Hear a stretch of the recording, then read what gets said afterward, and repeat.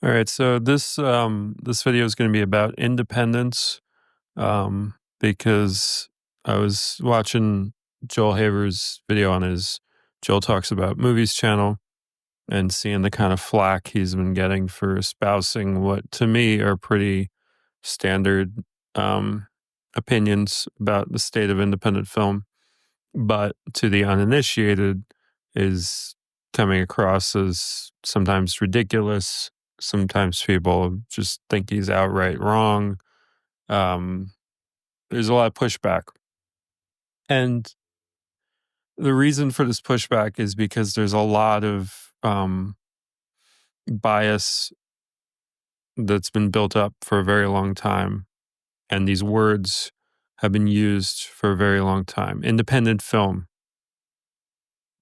People have grown up with it. It's not like it's some new thing that started as a term, you know. People have grown up with an idea of what independent film is, and they're very loath to relinquish the hold that that definition has on their mind. So I want to talk about this in a way that might make sense to those of these people who maybe might change. I don't know. I feel like most people are pretty set in their ways. You know, you're asking somebody to betray everything they've ever known and everything they've ever learned about film. That's what it feels like for them. I don't really think it's that big of a betrayal, but that's what it feels like for them. So what I want to say is, when we're talking about independence, uh, independent film. So let's break that down. Independence. Um, we're talking about freedom. And when I when I say, and when Joel says, and a lot of us say, that independent film, has existed as an idea longer than it's been an actual reality. What I'm talking about is the same as what people would think about democracy or freedom or whatever. So it's like you can conceive of something, but you can't necessarily fully implement or have the purest version of it um, until much later. Much as we can imagine self-driving cars, but we weren't there yet for many, many, many, many decades or whatever. I don't know exactly when humans first conceived of self-driving cars, but there was a bit of a buffer. Um, and so that's the place that independence is in regards to film, is that the original incarnation of independent film, that the original definition was literally just, well, first of all, if we really want to go back far back to begin with, it's just whoever had the stuff to make a movie made a movie. If we're talking about early, the absolute origins of cinema, there's very few people that had the means to play around with movie equipment. And it's not like movies were invented as like a product you could buy at a store, to shoot with. A film camera wasn't that. Um, there was just, it was like, whoever played with AI before AI became something that everybody could play with. Although to some extent we're playing with a ganked version, but I will come back to that because that's an important point. Um, so yeah, independent film, it meant movies made not by the 4 or 5 biggest studios. So it was because we couldn't really conceive of people having all the things necessary to make a film. That was the extent of independence that we could conceive of. Now, there were people, Jean Cocteau being one of them, who conceived of independent film and conceived of film as an art form far before it could ever be that. He has a quote that was very influential for me, which is that cinema will only, or I think he says movie making or filmmaking will only ever be an art form when its materials when its materials are as inexpensive as pen and paper. He said that in like the 20s or the 30s. He said that 100 years ago. So he was making better points than a lot of the people you see on the internet, and he was doing it 100 years ago. He was more forward thinking than a lot of these, for lack of a better term, fanboys are having. Because when you are consumed with bias and when you're consumed with ideas and definitions that you just don't want to relinquish, no matter how much evidence to the contrary, you're essentially a fanboy. You're a zealot. You're rooting for a team, right? You're rooting for the concept of movie making, the concept of Hollywood, the concept of what you conceive of independent film as. You're propping up the regime, the industry, the whatever you want to call it. When you're an A24 fanboy and you think A24 is an independent film company, A24, $1 billion company, it's worth like 3 or 4, maybe more $1 billion. What are you doing? You know? So the problem people are having is that you conceive of freedom, you conceive of independence, you conceive of autonomy prior to it being fully possible. And so when we get bogged down in, we need to stick to these early definitions of certain things, early incarnations, that presents a problem. Now, someone like me, someone like Joel Haver, someone like Dan Lotz, the list goes on. We are actively engaging with what can be used today to make a film completely autonomously. We are truly independent, as I say, truly independent film.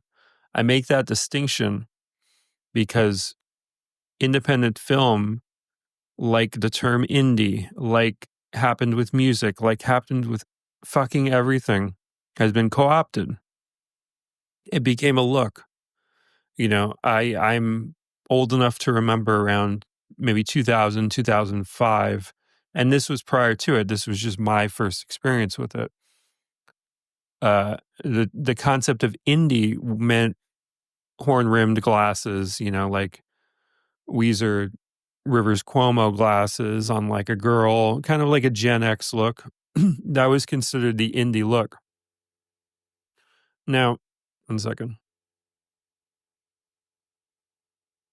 Gen X, we can pinpoint as, for lack of a better pinpoint, we can pinpoint that as when indie became commodified.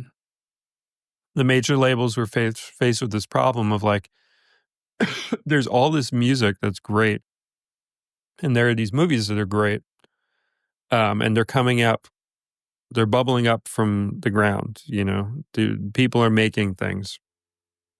What can we do? Well, we'll just buy them. The people and the movies and the music. We'll just buy it.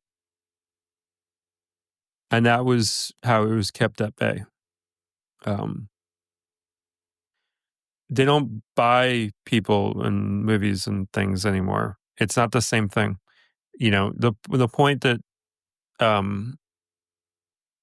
Joel was making about the film Anora, and you should really just watch his video before you watch this. I'll probably link it below. The point he was trying to make about Anora is that when you create something with the specific intention of a specific release schedule and marketing campaign and advertising and even an Oscar and other award show campaign,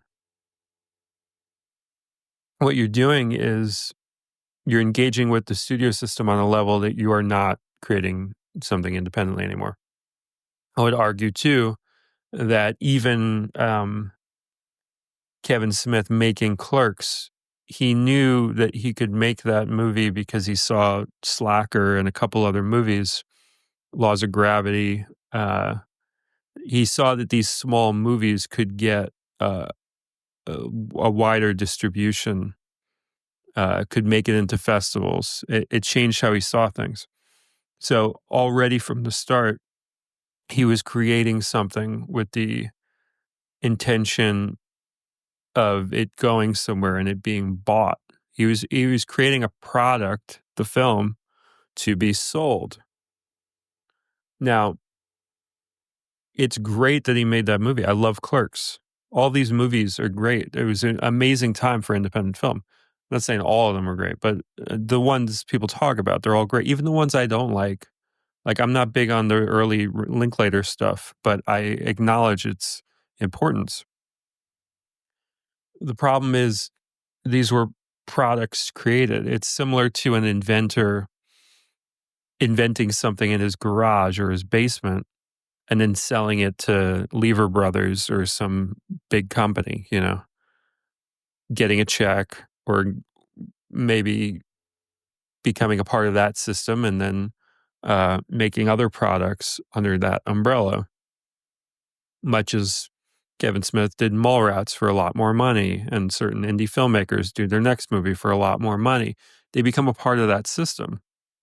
What Sean Baker has done, and a lot of indie filmmakers have done, is you make the thing outside of the system knowing full well that you will get a wider distribution for it.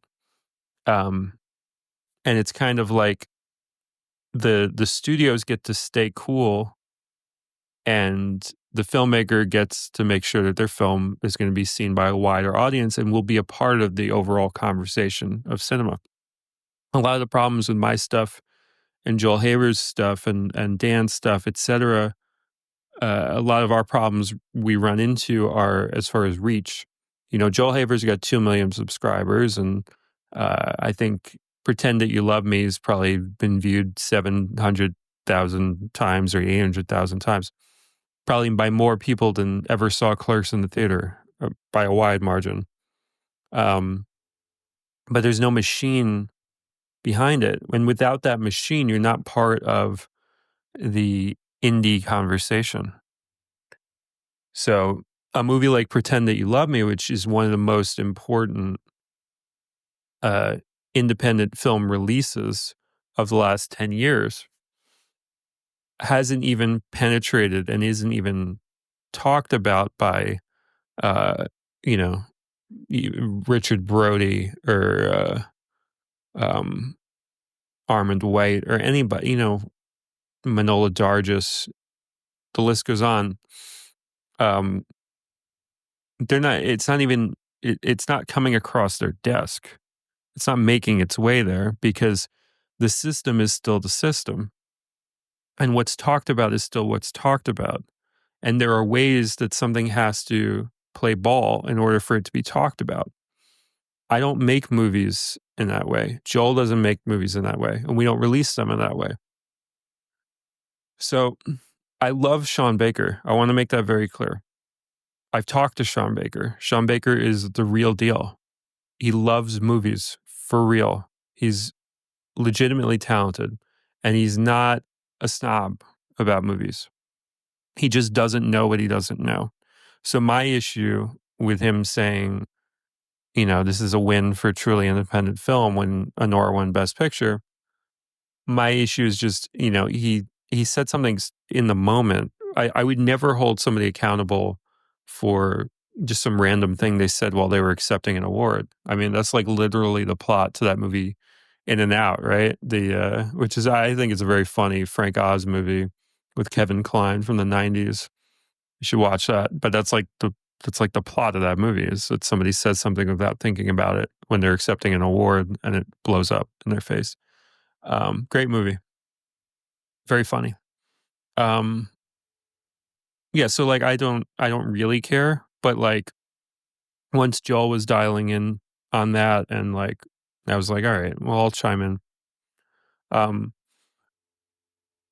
as Joel says in his video, semantics matter. Like these words actually matter. These words actually mean something. You know, the Greeks, when they conceived of democracy, it wasn't really until America, hearkening back to the Greeks, that like we got a more, uh, I'm not a political historian, but a purer version of what the Greeks had been imagining, let's say.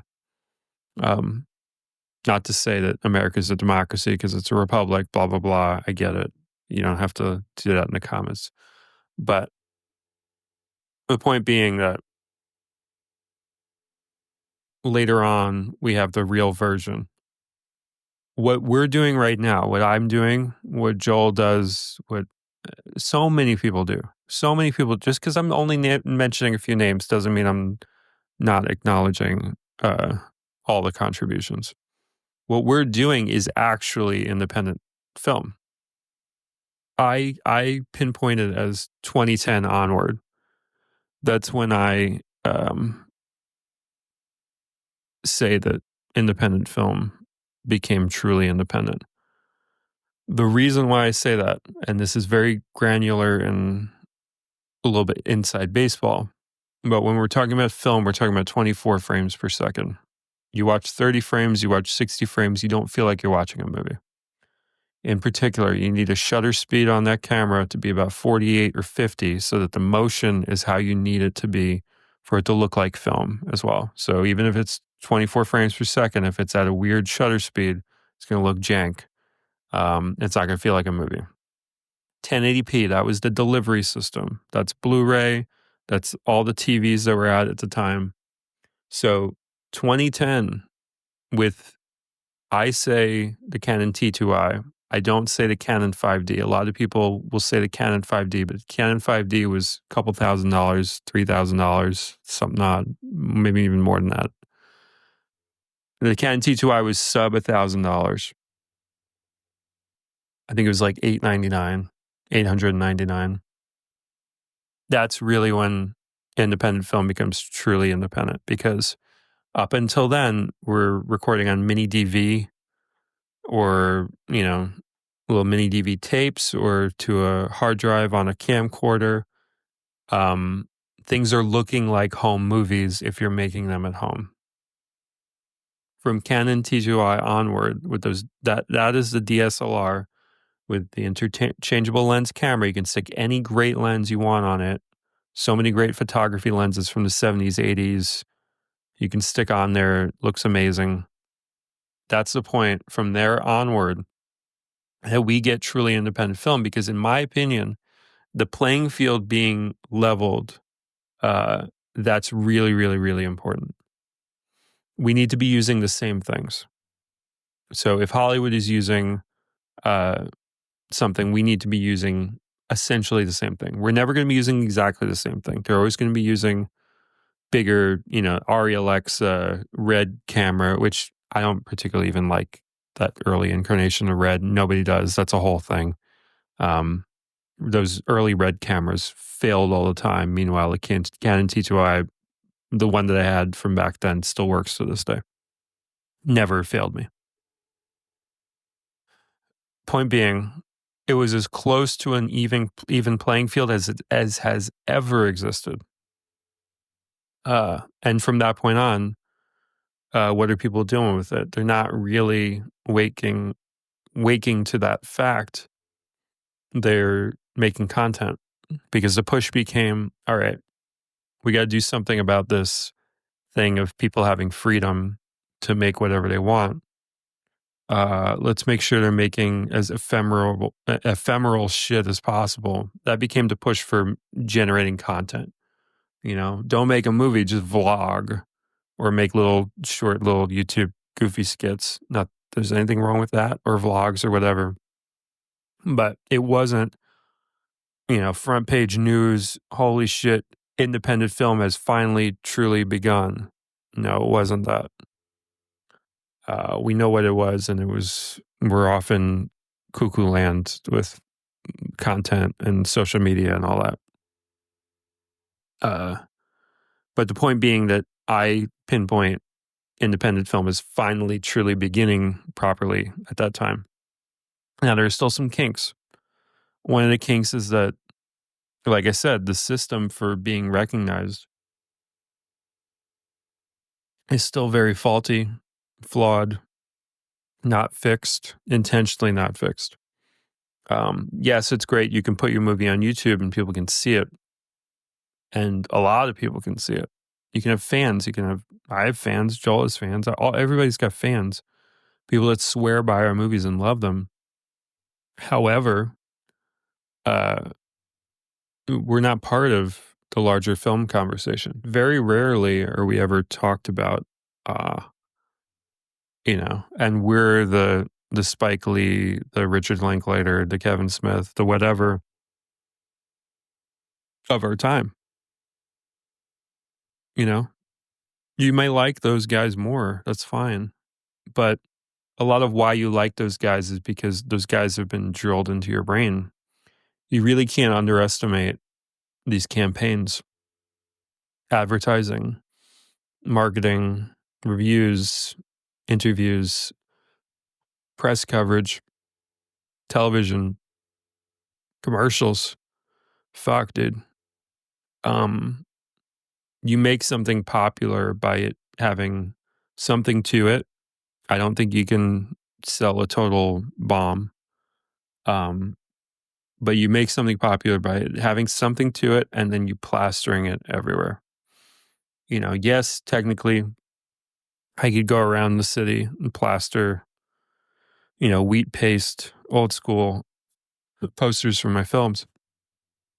Part of the reason why I never did that was because I wanted to prove my hypothesis. Um, I wanted to show the disparate thing of like, I made something of quality. It has this ceiling. Movies that are of lesser quality, they but have that machine behind it.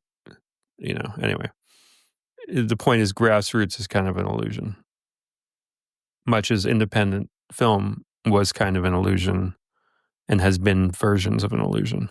You know, Roger Corman, great filmmaker, great contributions, pioneer of what I would say just low budget movies.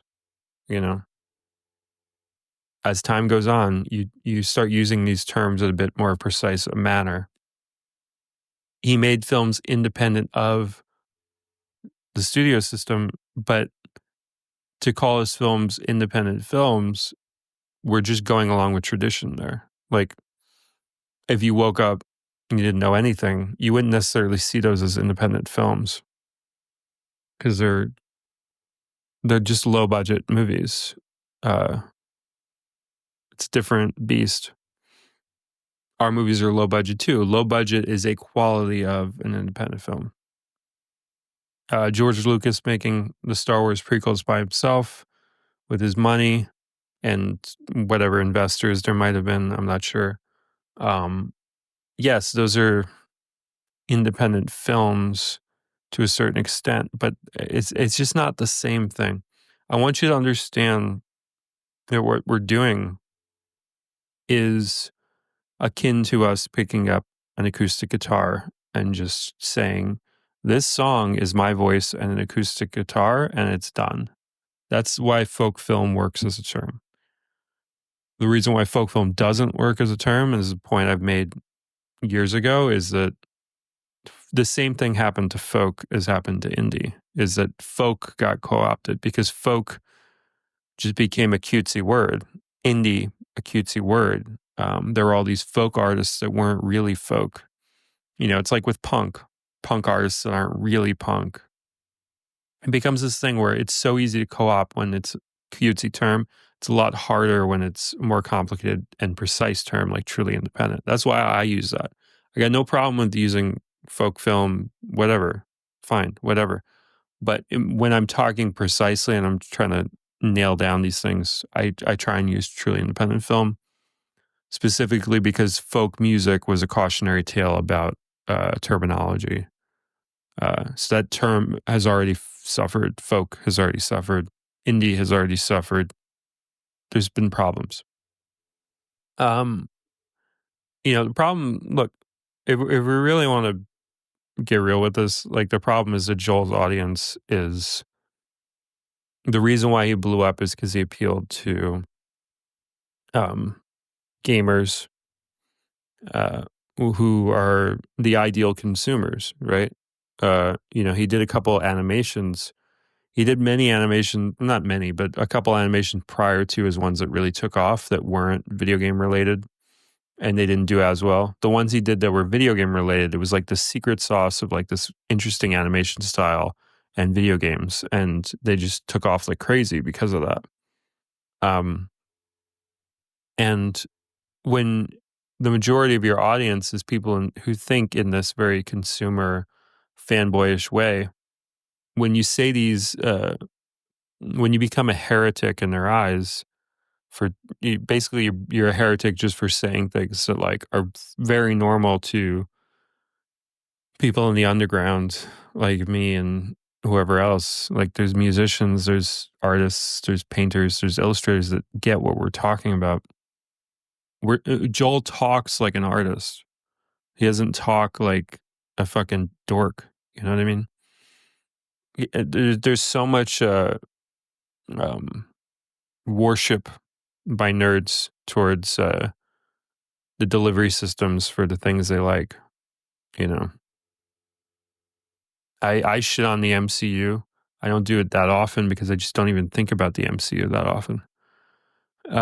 But basically, a perfect example being people kept telling Joel like, you should be on Adult Swim, you should be on Cartoon Network, your stuff should be there. That's praise, and they mean it as praise, but they don't understand all that comes with that. They don't understand that Joel can't be Joel. If he does that, he would have to be a small percentage of Joel. He'd be about 20% Joel, 80% what the studio wants. So it's smart of him to hold out for full creative control, but it's also a very rare thing. Louis had that with FX. FX was like, give us a season each year and we'll put it on. Louis went off and shot a season and then gave it to FX. What happened to Louis? What happens to a lot of people that have autonomy and independence? Why does it happen to stand-up comics a lot? Oh, because they can go anywhere, and with their popularity, they can kind of say whatever they want. Huh. Interesting that, look, not saying in every circumstance, but it is interesting that the people who are granted the most autonomy in society as artists, there eventually comes a takedown of them. Joel's experiencing a certain version of that in that, like, because of his Letterboxd reviews, some have turned on Joel, how dare you shit talk The Irishman for costing like $100 million. And look, like I'm not trying to shit on these kind of fanboy types who haven't really thought about things as deeply as an artist has to for their own fucking survival. Because we're out here starving and they're out there consuming and we're not the same. I get it. Like they just don't know what they don't know. And also I want to say they bring up this thing a lot of like, yeah, Joel makes his movies cheaply and all this because he doesn't pay his actors and he doesn't have a big crew and all these things. Yeah, because you can't really make love in the same way if you pay for it. Sorry to say, prostitution and sex with a prostitute is never going to be as good as sex out of love and genuine romance. Sorry to say, you can't buy that. You can't buy love.